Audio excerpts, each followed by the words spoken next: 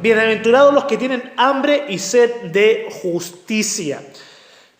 ¿Cómo no debemos entender esta bienaventuranza? De la siguiente manera. Bienaventurados los que tienen deseos de justicia retributiva en cuanto a conflictos personales. Ahora se lo digo en español.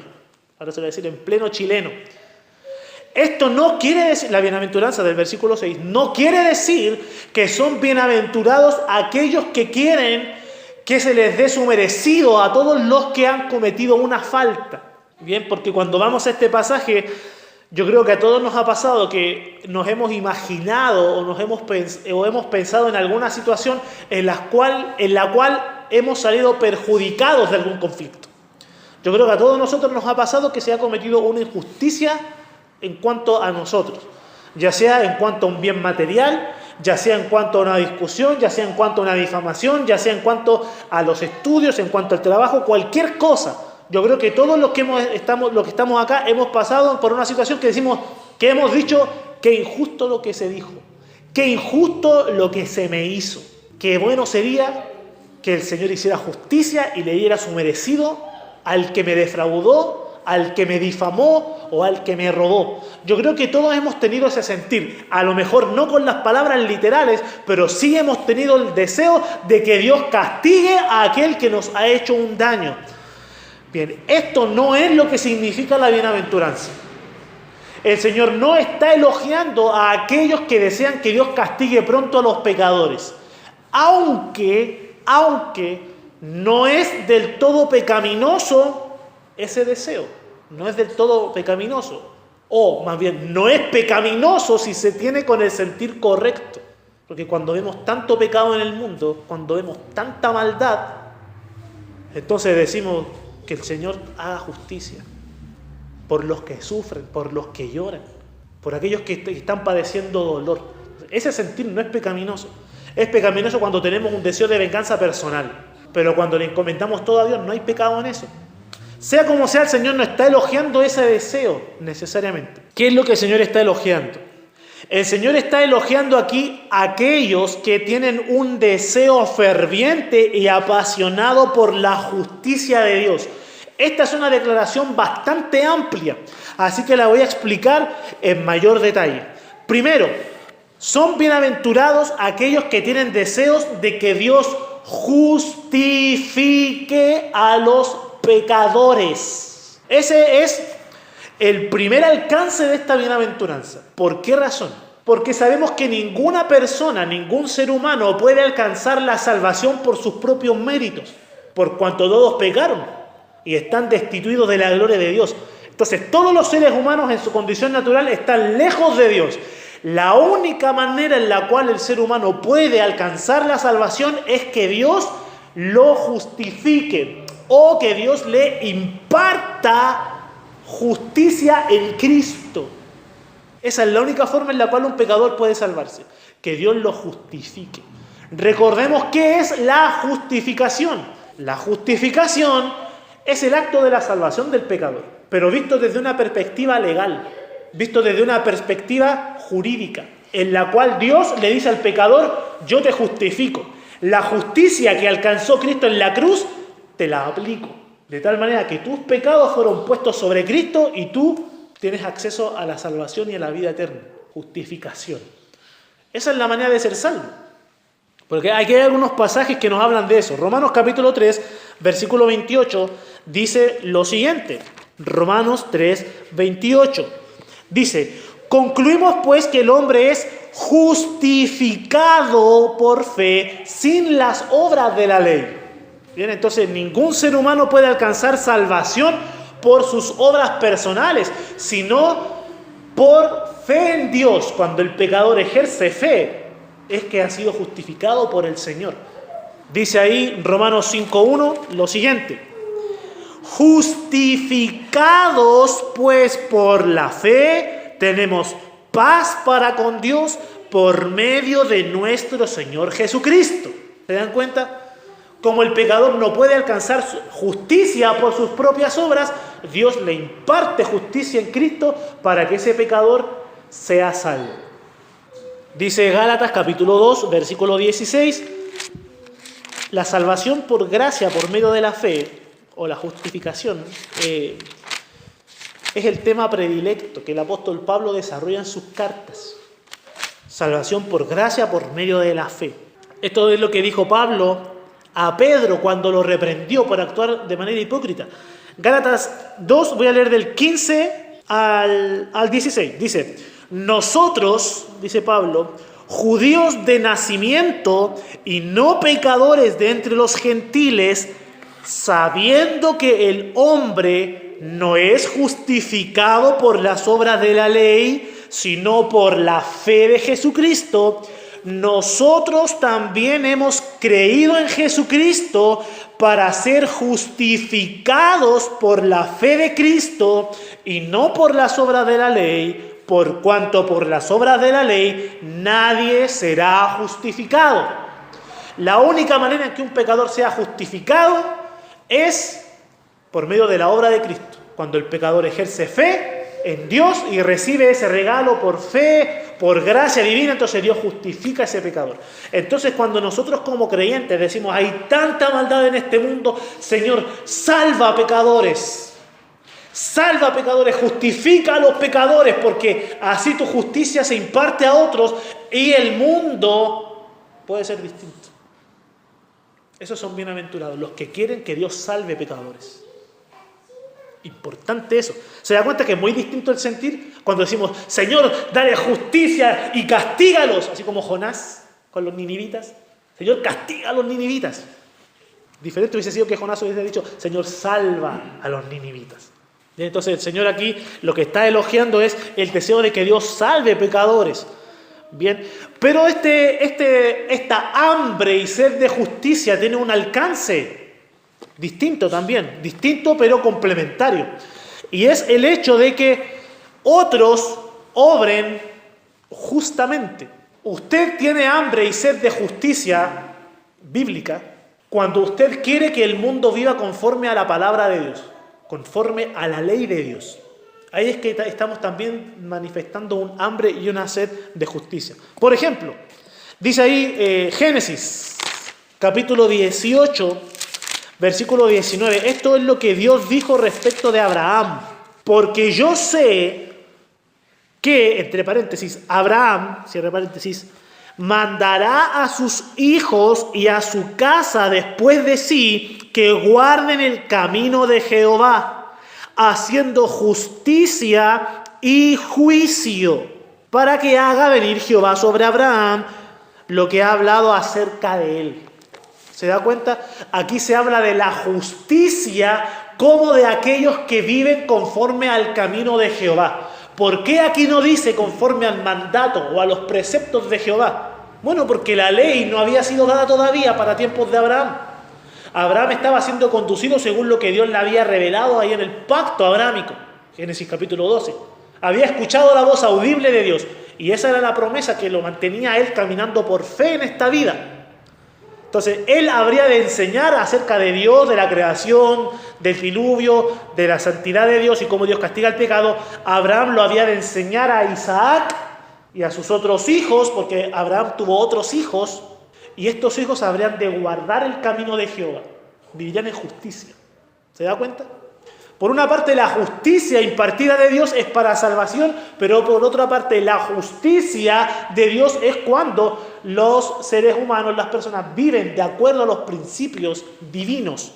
Otro pasaje en cuanto a esto, Deuteronomio capítulo 6, versículo 25. El Antiguo Testamento está repleto de versículos que hablan de esta justicia, si se quiere decir de esta manera, práctica o justicia conductual, justicia habitual, en la cual los que temen a Dios viven.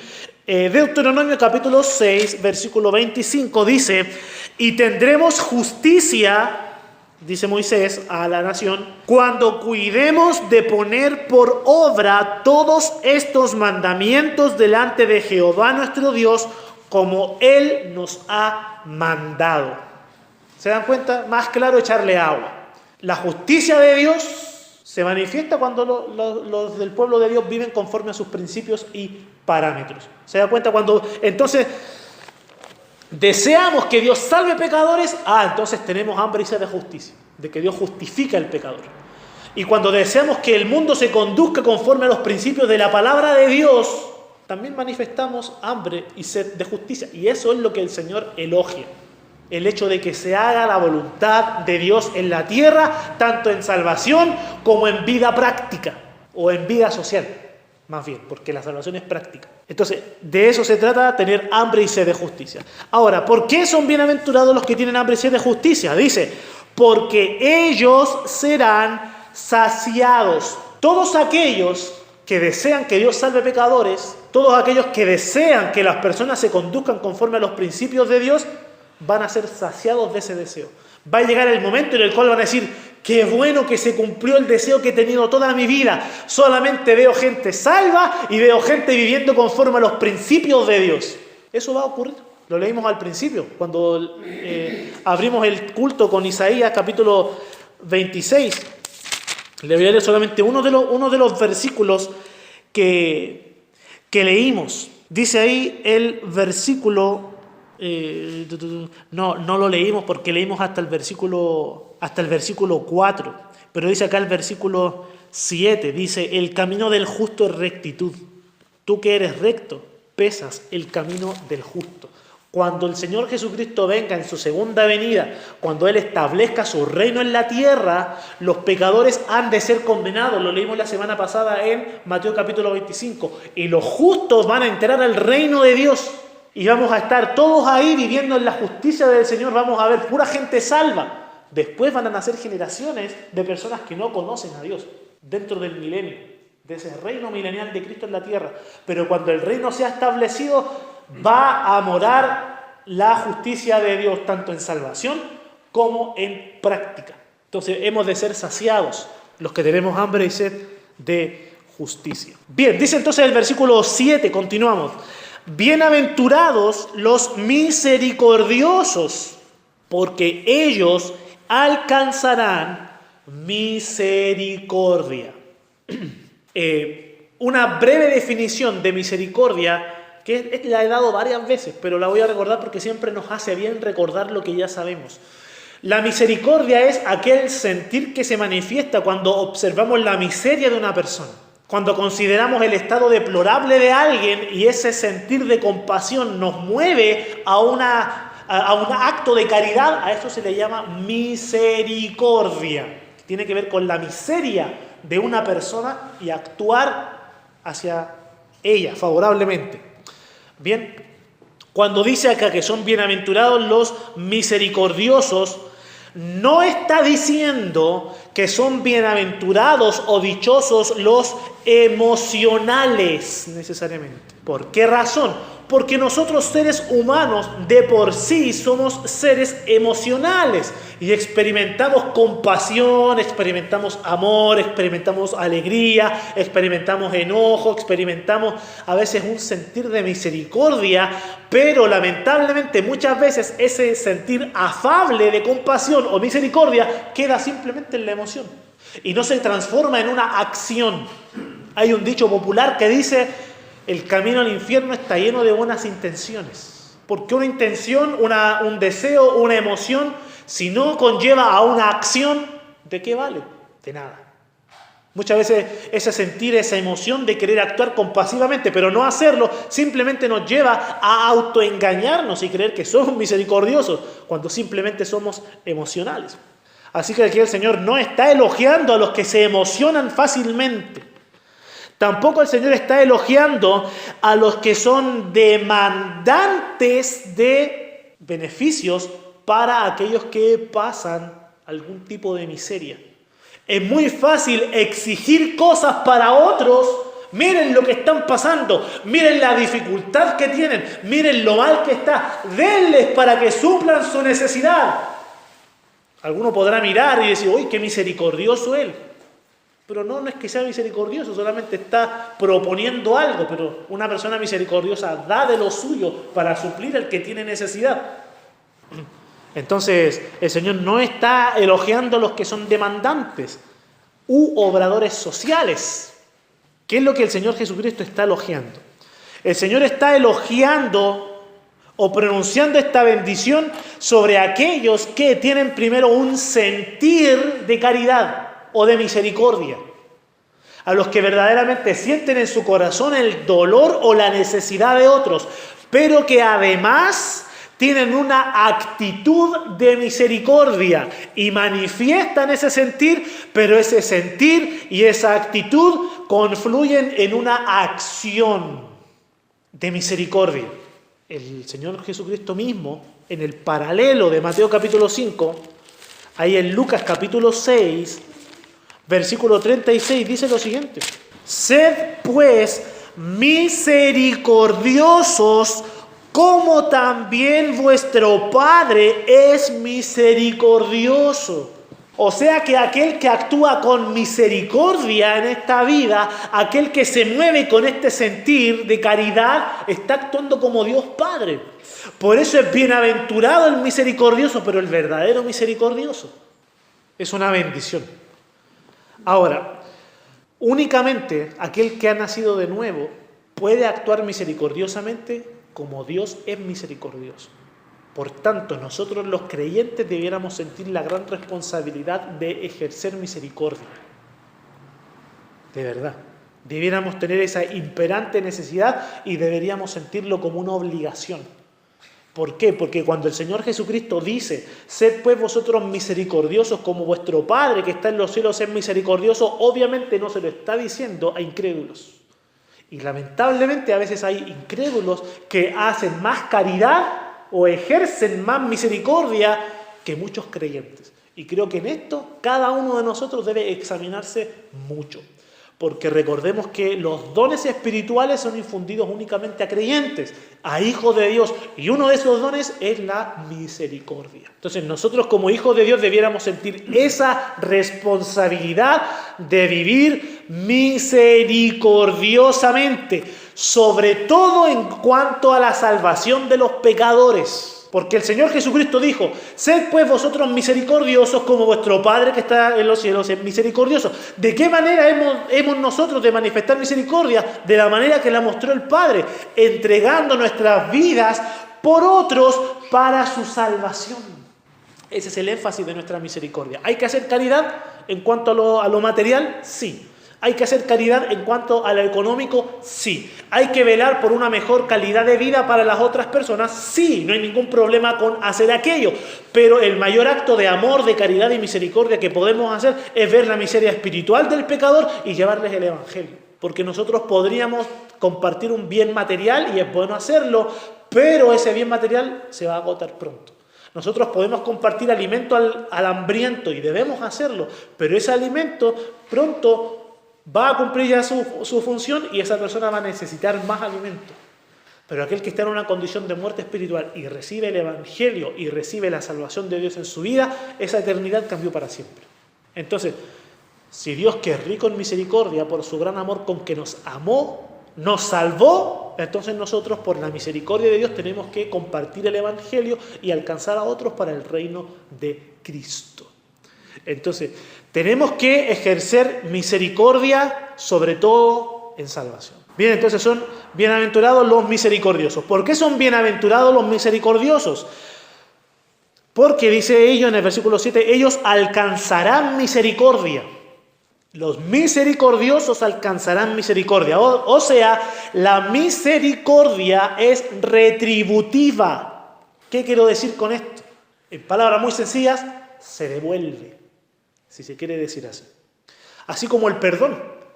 El Señor Jesucristo dijo que tenemos que perdonar a otros, porque si nosotros no perdonamos, Dios no nos va a perdonar a nosotros. ¿Se dan cuenta? Si nosotros ejercemos perdón, Dios nos perdona. Si nosotros tenemos misericordia, hemos de alcanzar misericordia. Entonces, es como la justicia, es como el juicio. Dice, porque juicio sin misericordia se hará con aquel que no hiciere misericordia. Entonces, es retributivo. Entre comillas, se devuelve. Dentro de la economía de la administración de Dios, el Señor ha establecido esos principios o esa ley natural. El que ejerce misericordia, recibe misericordia. El que aplica perdón, recibe perdón. No juzguéis, dice en Mateo 7, no juzguéis para que no seáis juzgados, porque con el juicio con que juzguéis seréis juzgados. O sea, si tú juzgas, prepárate para ser juzgado también. ¿Se dan cuenta? La ley natural en cuanto a la conducta humana. Versículo 8 dice lo siguiente: bienaventurados los de limpio corazón, porque ellos verán a Dios. Esta va a ser la última que vamos a ver el día de hoy. Bien, porque la hora avanza. Bienaventurados los de limpio corazón, porque ellos verán a Dios. La interpretación incorrecta de esto es la siguiente: los de limpio corazón son aquellos que se esfuerzan por ser buenos. Esa es la perspectiva natural de aquellos que no conocen al Señor. Cuando ven a una persona que está intentando hacer las cosas bien, un padre que está intentando disciplinar correctamente a sus hijos, que está intentando dejar los vicios, que está intentando dejar los problemas, aquel adolescente que está intentando esforzarse en los estudios, que está intentando ser obediente a los padres, entonces, que tiene buen corazón. Mira cómo se esfuerza por ser alguien bueno en la vida, cómo se esfuerza por ser alguien moral. Eso no es estar limpio de corazón, eso simplemente es querer ajustar querer resolverse estos problemas en la vida, pero no tiene nada que ver con la limpieza del corazón, del ser interior. Ser limpio de corazón tampoco es ser amable. Hay gente que por naturaleza, ¿se ha dado cuenta? Hay gente que por naturaleza es muy amable, muy cariñosa, es muy caritativa. Entonces decimos, uy, esa persona que es limpia de corazón, siempre anda haciendo el bien a la gente. Esa persona siempre anda sonriendo, le cae bien a todo el mundo. Eso tampoco es ser limpio de corazón, porque una persona puede ser todo lo amable que quiera ser, pero eso no va a redimir sus pecados. Eso no va a quitar la maldad que hay dentro de él o de ella. Ser limpio de corazón tampoco se refiere a los niños. Cuando un niño llega al mundo, viene con su mente en blanco. Es una manera ilustrativa de decir que no puede ejercer necesariamente pensamientos pecaminosos o pensamientos maquiavélicos, porque no puede generar ni siquiera pensamientos razonables en cuanto a que no tiene un lenguaje a reproducir. Llega la mente en blanco, y lo que un niño comienza a vivir desde los primeros meses de vida, esas son líneas que se están escribiendo en ese cuaderno, y luego el niño va a adquirir una moral o una perspectiva de vida según las experiencias y lo que reciba en su hogar o en el núcleo familiar. Bien, pero aún así los niños vienen con lo que conocemos como naturaleza pecaminosa. Por tanto, cuando se habla de los limpios de corazón, tampoco se refiere a los niños. ¿A quién se refiere entonces la palabra cuando habla de los que son limpios de corazón? Objetivamente y en un plano natural, en un plano humano, no hay absolutamente nadie que pueda ser catalogado como alguien limpio de corazón. Nadie. Dice Isaías capítulo 64, versículo 6.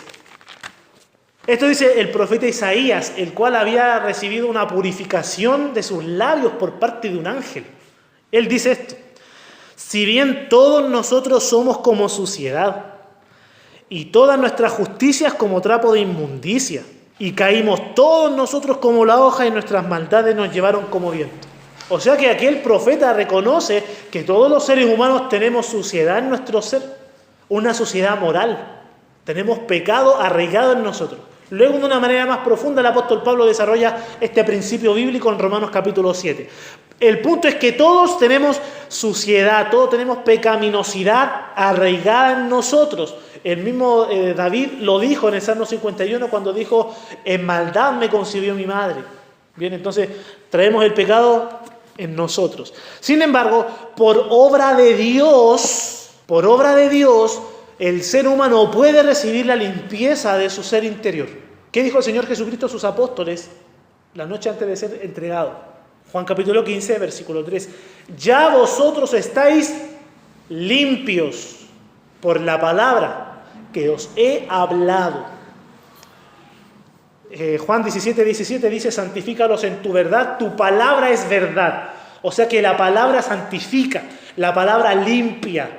Efesios 5, 25, el lavamiento de la palabra. Ahora, ¿significa esto que los que leen la Biblia, sus pecados son limpiados? ¿Significa esto de que la limpieza de la palabra, significa esto que los que escuchan muchas predicaciones bíblicas reciben la limpieza de sus pecados necesariamente? No. ¿Por qué razón? Yo creo que este ejemplo lo va a ilustrar de la mejor manera.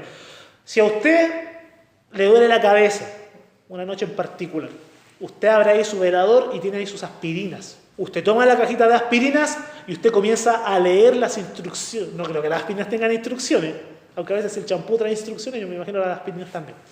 Instrucciones, ingredientes, datos acerca del laboratorio que las produce, etcétera, etcétera. Usted comienza a leer la caja de aspirinas. ¿Eso le trae algún beneficio en cuanto a su dolor de cabeza? Cero.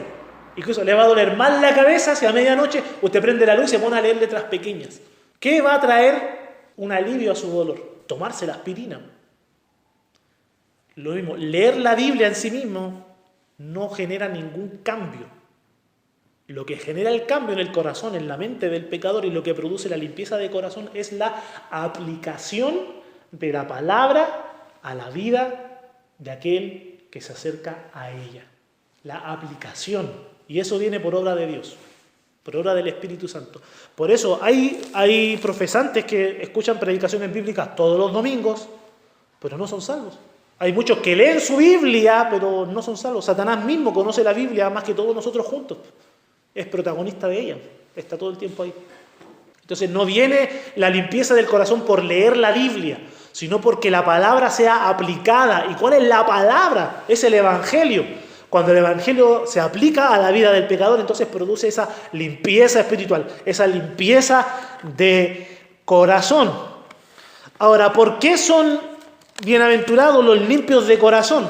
Porque ellos verán a Dios. Por eso son bienaventurados los del limpio corazón, porque ellos verán a Dios. Así como estamos ahora, en este estado, no podríamos acceder a la gloria eterna.